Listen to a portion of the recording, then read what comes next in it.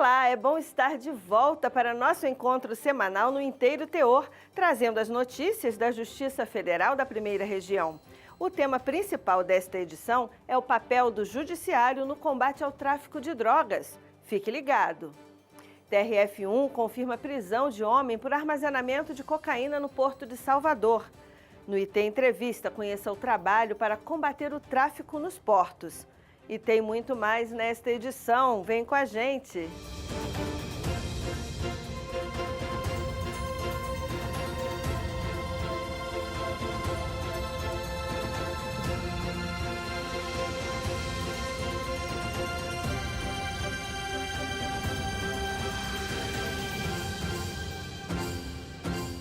Prevenir e combater o tráfico de drogas são atribuições que fazem parte da missão institucional de vários órgãos e entidades da administração pública. E o Poder Judiciário e demais instituições do sistema de justiça também têm atuado nesse sentido. Um exemplo desse trabalho foi uma decisão da terceira turma do TRF1, que confirmou a prisão de um homem acusado por armazenamento de mais de 1 tonelada de cocaína em contêineres no Porto de Salvador, na Bahia.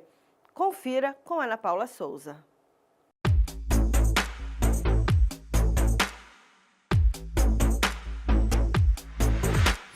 Vender, comprar, produzir, guardar, transportar, importar, exportar, oferecer ou entregar drogas para consumo, mesmo que de graça. Tudo isso configura o crime de tráfico de drogas, considerado hediondo, previsto no artigo 33 da Lei Antidrogas, que pode ser punido com penas que chegam a 20 anos de reclusão. De acordo com a Comissão sobre Narcóticos das Nações Unidas, a ONU, o tráfico de drogas movimenta globalmente cerca de 320 bilhões por ano. No Brasil, as cifras giram em torno de 1,4 bilhão. E para combater o tráfico em portos, aeroportos e rodovias, a Polícia Federal atua de forma articulada com diversos órgãos e entidades, como Receita Federal, agências nacionais e secretarias de segurança pública, já que o tráfico acontece por meio de aviões, caminhões, carros, ônibus, barcos, contêineres, entre outros. O diálogo da Polícia Federal com outros órgãos, inclusive com entes privados, ele é permanente.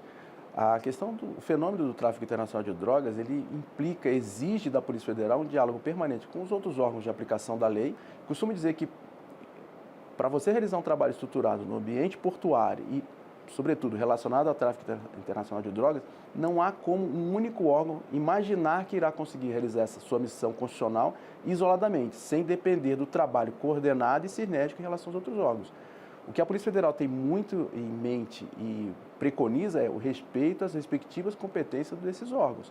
É importante o respeito que nesse trabalho coordenado e sinérgico haja o respeito às atribuições dos demais órgãos. Dados da Polícia Federal mostram que só em 2022, mais de 1,5 milhão de toneladas de drogas entre cocaína, maconha, haxixe, skunk e folha de coca foram apreendidos em rodovias, portos e aeroportos brasileiros, além de outros entorpecentes. O resultado dessa atuação chega ao Judiciário e às instituições do sistema de justiça, como o Ministério Público Federal, que tem papel fundamental no tratamento de denúncias e julgamentos relacionados ao tráfico de drogas internacional. Essa rota do tráfico que vai para fora do país, ela precisa, né, ter um tipo de investigação específica e com responsabilização. E o Ministério Público Federal acaba acompanhando e desenvolvendo investigações em cooperação com órgãos de todos os países, de diversos países, porque esse tema é um tema que tem interesse transnacional. Segundo o Conselho Nacional de Justiça, o tráfico de drogas é responsável por encarcerar 1/3 dos presos no Brasil. Até porque o tráfico de drogas leva a outros tipos de crime, como uso ilegal de armas, sequestros, roubos e corrupção. Das mulheres presas, aproximadamente 60% cumprem pena por tráfico de drogas, que também é a segunda infração criminal mais cometida por jovens do país.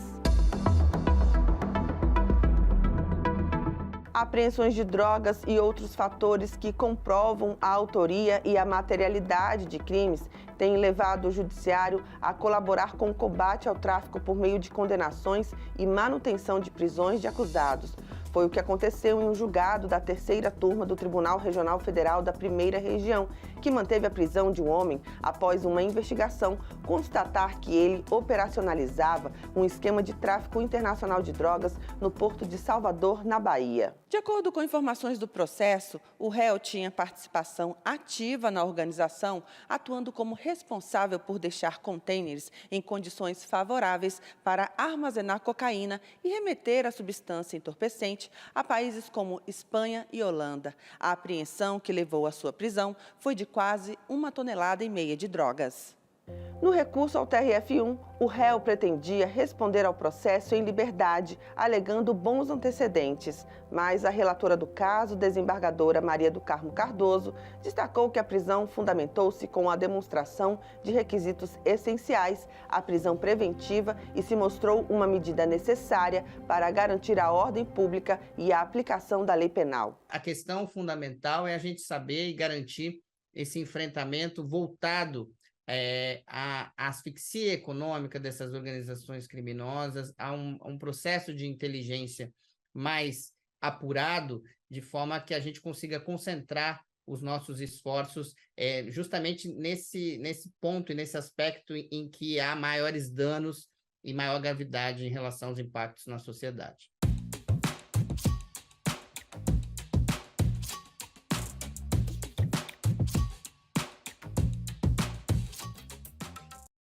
Vimos na reportagem que o TRF1 manteve a prisão de um acusado por tráfico internacional de drogas no Porto de Salvador, na Bahia.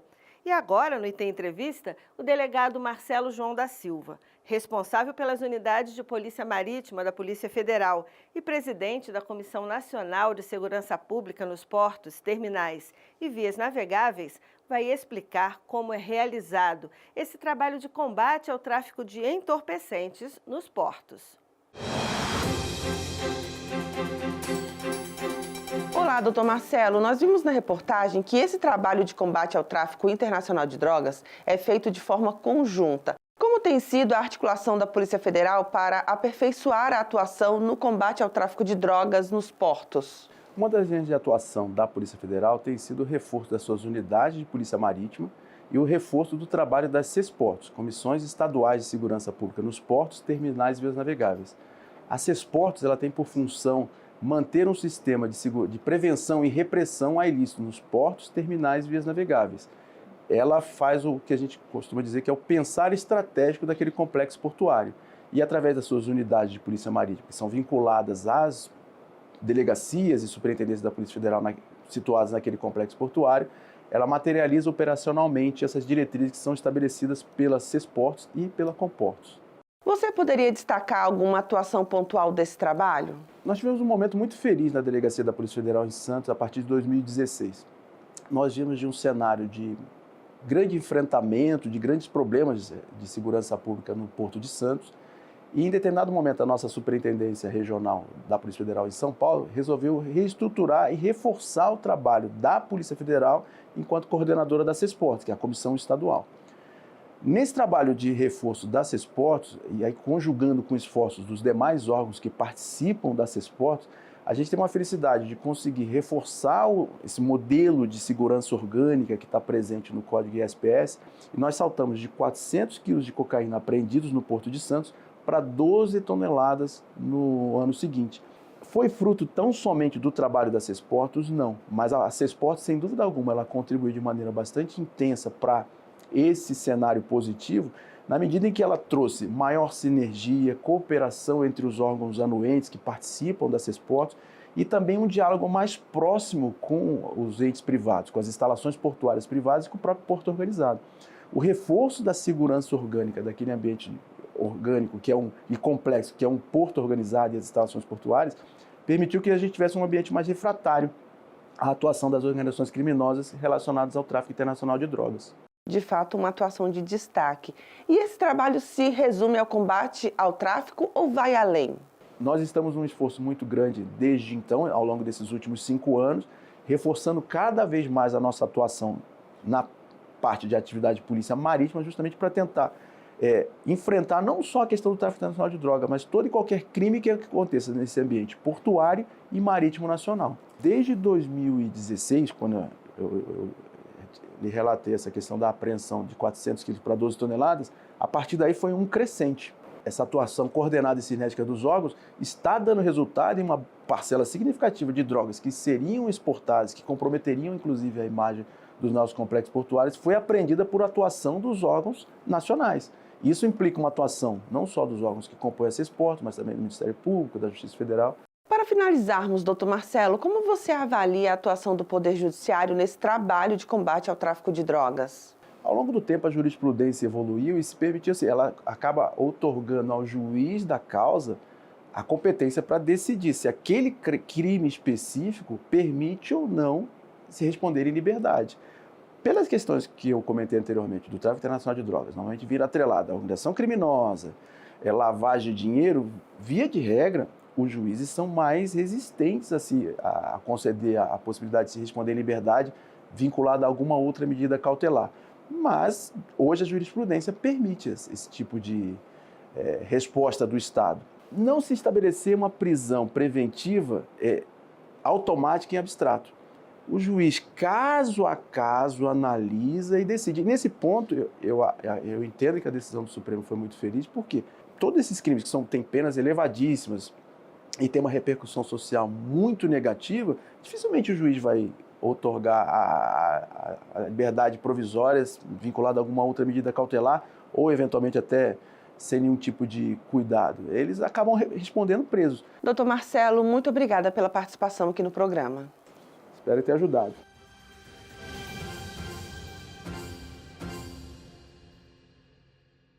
Fique sempre atualizado das mais recentes decisões da Justiça Federal da Primeira Região. É agora no IT Notícias com William Nascimento.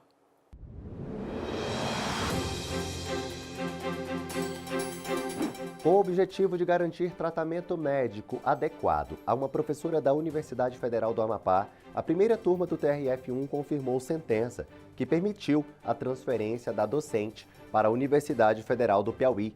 A Fundação Universidade Federal do Amapá apelou ao tribunal para tentar reverter a situação, alegando que as universidades têm autonomia de atuação e que não há previsão legal que permita esse tipo de remoção. Mas o relator no TRF1, desembargador federal Marcelo Albernaz, considerou jurisprudência do Superior Tribunal de Justiça, no sentido de que a remoção do servidor para outra localidade, havendo motivo de saúde, fica condicionada apenas à comprovação por junta médica oficial, o que foi atendido no caso, já que o laudo oficial concluiu pela necessidade da remoção. Um homem terá que pagar multa de R$30 mil por queimada sem autorização legal. O infrator contestou a penalidade aplicada pelo IBAMA após ter queimado 30 hectares de vegetação em sua propriedade, uma área maior do que a autorizada pela autarquia. Ele alegou que não poderia ser responsabilizado, já que o fogo se alastrou em razão do vento forte, apesar dos cuidados que teria tomado para evitar o incêndio. Mas o juiz federal convocado no TRF1, Márcio Sá Araújo, observou que o próprio réu assumiu que o fogo se alastrou por áreas não autorizadas, o que foi confirmado por testemunhas, e que a circunstância do vento forte era de conhecimento do autor, que não tomou as devidas providências para evitar que o fogo se espalhasse. Ressaltou ainda o magistrado que a penalidade tem caráter educativo e de proteção ao meio ambiente. A primeira turma do TRF da Primeira Região manteve decisão da primeira instância que garantiu o pagamento do auxílio-doença a uma mulher com gravidez de risco. De acordo com o processo, a mulher teria apresentado ao INSS cartão de acompanhamento do pré-natal, ultrassom pélvico, laudo médico recomendando repouso absoluto no leito e alertando para o risco de aborto. Tais documentos, segundo o relator no TRF1, desembargador federal Marcelo Albernaz, merecem credibilidade, não havendo nada que indique sua falsidade. Por isso, segundo o magistrado, a realização de outra perícia se mostra desnecessária, até porque a criança já nasceu felizmente saudável e a autora já deve ter retornado às suas atividades. Está terminando agora a 400ª edição do Inteiro Teor.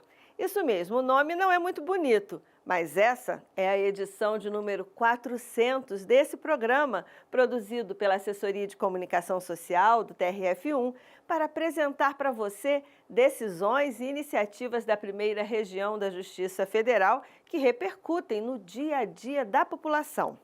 Desde 12 de outubro de 2014, a TV Justiça apresenta a nossa revista eletrônica e desde então tivemos alguns apresentadores,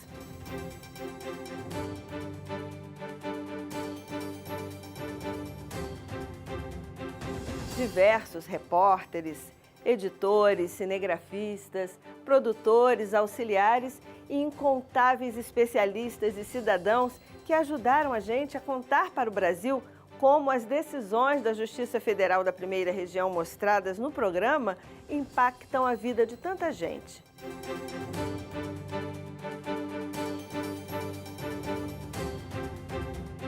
Esperamos que seja só o começo dessa história. E até o programa 401. Tchau!